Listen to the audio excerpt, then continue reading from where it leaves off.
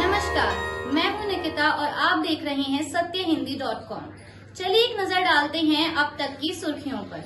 7 सितंबर को कन्याकुमारी से कश्मीर तक 3,570 किलोमीटर के सफर पर निकली कांग्रेस की भारत जोड़ो यात्रा ने अब तक 3,000 से भी ज्यादा किलोमीटर का सफर तय कर लिया है और आज यात्रा का 132वां दिन है। अपने अंतिम पड़ाव की ओर बढ़ रही यात्रा आज 26 जनवरी यानी 74वें गणतंत्र दिवस के मौके पर ब्रेक पर रहेगी, जिसके बाद यात्रा कल 27 जनवरी को फिर से शुरू होगी। आपको बता दें कि यह पदयात्रा जम्मू कश्मीर में अपना सफर पूरा कर 27 जनवरी को श्रीनगर जम्मू राष्ट्रीय राजमार्ग पर जवाहर सुरंग के माध्यम से घाटी में प्रवेश करेगी और इसका समापन 30 जनवरी को होगा। आज 26 जनवरी गुरुवार को देश अपना 74वां गणतंत्र दिवस मनाने जा रहा है, जिसके लिए राजधानी दिल्ली में हर साल की तरह इंडिया गेट पर मुख्य कार्यक्रम आयोजित किया गया है। बता दें कि बीते 2 सालों से देश अपना गणतंत्र दिवस कोरोना के साए में रहकर मना रहा था, लेकिन इस बार ऐसा नहीं है। इस बार गणतंत्र दिवस को पूरी धूमधाम के साथ मनाने की तैयारी है। इस दौरान सेना और अर्धसैनिक बलों की ओर से कर्तव्य पथ पर परेड निकाली जाएगी, वहीं राज्यों की ओर से आकर्षक झांकियां भी निकाली जाएंगी। बता दें कि गणतंत्र दिवस पर हर बार विदेशी राष्ट्रीय अध्यक्ष को बतौर मुख्य अतिथि बुलाया जाता है और इस बार के गणतंत्र दिवस समारोह में मिस्र के राष्ट्रपति मुख्य अतिथि के तौर पर शामिल होंगे। वहीं इस पूरे आयोजन को लेकर सुरक्षा के भी कड़े इंतजाम किए गए हैं। लगभग 6,000 सुरक्षा कर्मियों को तैनात किया गया है और समारोह में आने वालों के लिए नई दिल्ली जिले में कुल 24 हेल्प डेस्क स्थापित किए गए हैं। पुलिस का कहना है कि गणतंत्र दिवस समारोह में लगभग 60 से 65,000 लोगों के आने की उम्मीद है। नई दिल्ली के डीसीपी प्रणव दयाल ने कहा कि इस साल एंट्री पास पर दिए गए QR कोड के आधार पर होगी और बिना वैलिड पास या टिकट के किसी भी व्यक्ति को प्रवेश की अनुमति नहीं दी जाएगी। साथ ही उन्होंने यह भी बताया कि 150 से अधिक CCTV कैमरे लगाए गए हैं, जिनमें से कुछ चेहरा पहचान करने वाली प्रणाली से लैस हैं और रक्षा अनुसंधान एवं विकास संगठन की ड्रोन रोधी टीम को भी तैनात किया गया है। साथ ही मध्य दिल्ली में बहुमंजिला इमारतों पर सुरक्षा कर्मी तैनात किए जाएंगे। डीसीपी ने कहा कि सुरक्षा कर्मी किसी भी तरह के खतरे से निपटने के लिए तैयार हैं। राष्ट्रपति द्रौपदी मुर्मू ने साल 2023 के लिए 106 पद्म पुरस्कारों की लिस्ट को मंजूरी दी है। बता दें, इन पुरस्कारों का ऐलान कल 25 जनवरी यानी 74वें गणतंत्र दिवस की पूर्व संध्या पर किया गया है, जिसमें पद्म विभूषण, पद्म भूषण और पद्मश्री देश के सर्वोच्च नागरिक पुरस्कार शामिल हैं। इनमें से 6 लोगों को पद्म विभूषण, 9 लोगों को पद्म भूषण और 91 लोगों को पद्मश्री से सम्मानित करने का ऐलान किया गया है।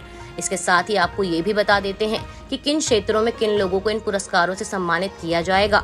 सबसे पहले बात करते हैं पद्म विभूषण की, जो कि बालकृष्ण दोषी मरणोपरांत को वास्तुकला के क्षेत्र में, जाकिर खान को कला के क्षेत्र में, SM कृष्णा को पब्लिक अफेयर्स, दिलीप महालनोबिस मरणोपरांत को मेडिसिन के क्षेत्र में, श्रीनिवास वर्धन को साइंस और इंजीनियरिंग और मुलायम सिंह यादव मरणोपरांत को पब्लिक अफेयर्स के क्षेत्र में उनके योगदान के लिए पद्म विभूषण से नवाजा जाएगा। वहीं इसके अलावा पद्म भूषण के लिए श्री SL भैरप्पा को साहित्य और शिक्षा, श्री कुमार मंगलम बिड़ला को व्यापार और उद्योग, श्री दीपक धर को साइंस एंड इंजीनियरिंग, सुश्री वाणी जयराम को कला, स्वामी चिन्नाजियर को अन्य अध्यात्मवाद, सुमन कल्याणपुर को कला, श्री कपिल कपूर को साहित्य और शिक्षा, सुश्री सुधा मूर्ति को सामाजिक कार्य, श्री कमलेश D पटेल को अन्य अध्यात्मवाद के क्षेत्र में पद्म भूषण पुरस्कार से सम्मानित किया जाएगा। रक्षा मंत्रालय की ओर से इस बात को खारिज कर दिया गया है कि भारत ने पूर्वी लद्दाख में अपनी जमीन का कोई भी हिस्सा खोया है। सेना की तरफ से कहा गया है कि विवादित इलाकों में भारत ने कोई जमीन नहीं खोई है। हाँ, कुछ इलाकों पर जरूर दोनों पक्षों की गश्त रोकी गई है, लेकिन ऐसे इलाकों में हमारी तकनीकी उपस्थिति उतनी ही है जितनी चीनी सेना की। आपको बता दें कि सेना की तरफ से यह बयान उन खबरों के बाद आया है जिसमें कहा गया था कि भारत ने पूर्वी लद्दाख में 65 में से 26 पेट्रोलिंग पॉइंट तक अपनी पहुंच खो दी है। गौरतलब है कि लद्दाख के एक वरिष्ठ पुलिस अधिकारी PD नित्या द्वारा एक रिपोर्ट में कहा गया था कि वर्तमान में काराकोरम दर्रे से चुमुर तक 65 पेट्रोलिंग पॉइंट हैं, जिन्हें भारतीय सुरक्षा बल द्वारा नियमित रूप से गश्त किया जाना है।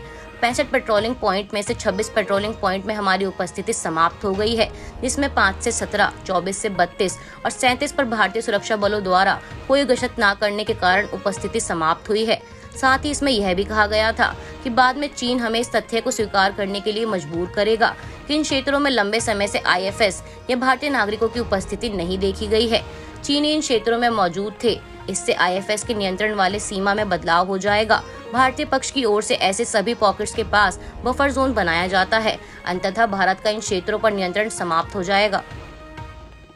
बिहार की सियासत में बयानबाजी का दौर जारी है। नीतीश कुमार और उपेंद्र कुशवाहा के बीच बीते कुछ दिनों से इशारों में चल रही बयानबाजी इस समय खूब चर्चाओं में है। इस बीच खबर है कि एक बार फिर उपेंद्र कुशवाहा ने CM नीतीश कुमार को आड़े हाथ लिया है। कुशवाहा ने बुधवार को एक ट्वीट के जरिए नीतीश कुमार की ओर इशारा करते हुए बड़े भाई लिखकर सवाल पूछा है। उन्होंने ट्वीट में लिखा है कि बड़ा अच्छा कहा भाई साहब आपने। ऐसे बड़े भाई के कहने से छोटा भाई घर छोड़कर जाने लगा, तब तो हर बड़का भाई अपने छोटका को घर से भगाकर बाप दादा की पूरी संपत्ति अकेले हड़प ले। ऐसे कैसे चले जाएं अपना हिस्सा छोड़कर। दरअसल कुछ दिन पहले उपेंद्र कुशवाहा ने कहा था कि बीजेपी के संपर्क में JDU के बड़े नेता हैं। इसके अलावा उन्होंने JDU के कमजोर होने की भी बात कही थी और उनके इन बयानों के बाद से ही बीजेपी में शामिल होने की चर्चा शुरू हो गई। वहीं इस पर मुख्यमंत्री नीतीश कुमार ने बुधवार को कहा कि जिसको जितना जल्दी जाना हो वो उतना ज्यादा बोलते रहते हैं, तो बोलते रहें और जब जाना हो चले जाएं। मुख्यमंत्री ने आगे कहा कि नाम बताइए ना कि कौन है बीजेपी के संपर्क में। एक है कोई संपर्क में, जरा नाम दीजिए ना। जो खुद संपर्क में जाना चाहता है वही है सब बोलते रहता है। इसके साथ ही JDU के कमजोर होने के सवाल पर नीतीश ने कहा कि आपको पता है हमारी पार्टी पहले से ज्यादा मजबूत हुई है। पहले की तुलना में मेंबरशिप ज्यादा हो गई है। लोगों का काम है बोलना, ऐसे ही बोलते रहते हैं। सब फालतू के प्रचार करने का तरीका है। पटना हाईकोर्ट ने मंगलवार को बिहार सरकार से कथित रूप से जाली दस्तावेजों के आधार पर 609 मदरसों को अनुदान जारी करने की चल रही जांच को अगले 4 हफ्तों के अंदर पूरा करने का निर्देश दिया है। साथ ही कोर्ट ने यह भी कहा है कि जब तक जांच पूरी नहीं हो जाती तब तक इन पंजीकृत संस्थानों को दिया जाने वाला फंड रोका जाए। मुख्य न्यायाधीश संजय करोल और न्यायमूर्ति पार्थ सारथी की बेंच ने मोहम्मद अलाउद्दीन बिस्मिल की एक याचिका पर सुनवाई करते हुए सरकार को यह कहते हुए फटकार लगाई है कि सरकार जांच के परिणामों को रिकॉर्ड पर रखने से कतरा रही है। इसमें सिर्फ इतना कहा गया है कि जिला अधिकारियों को रिमाइंडर भेजे गए हैं। बेंच ने कहा कि यह एक समय सीमा के अंदर जांच पूरी न करने के लिए कोई स्पष्टीकरण नहीं है, खासकर जब सरकार ने साल 2020 में अकेले सीतामढ़ी जिले में मदरसा अधिनियम के तहत पंजीकृत कम से कम 88 शैक्षणिक संस्थानों के संबंध में अनुदान को रद्द किया था। शिक्षा विभाग ने पिछले साल अनुदान प्राप्त करने वाले 609 शैक्षणिक संस्थानों की स्थिति की जांच के लिए समितियों का गठन किया था।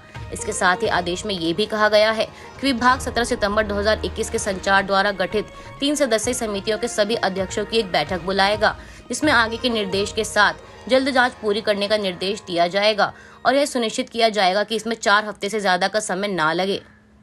आज के लिए बस इतना ही। बाकी की खबरों के लिए बने रहिए सत्यहिंदी.com के साथ।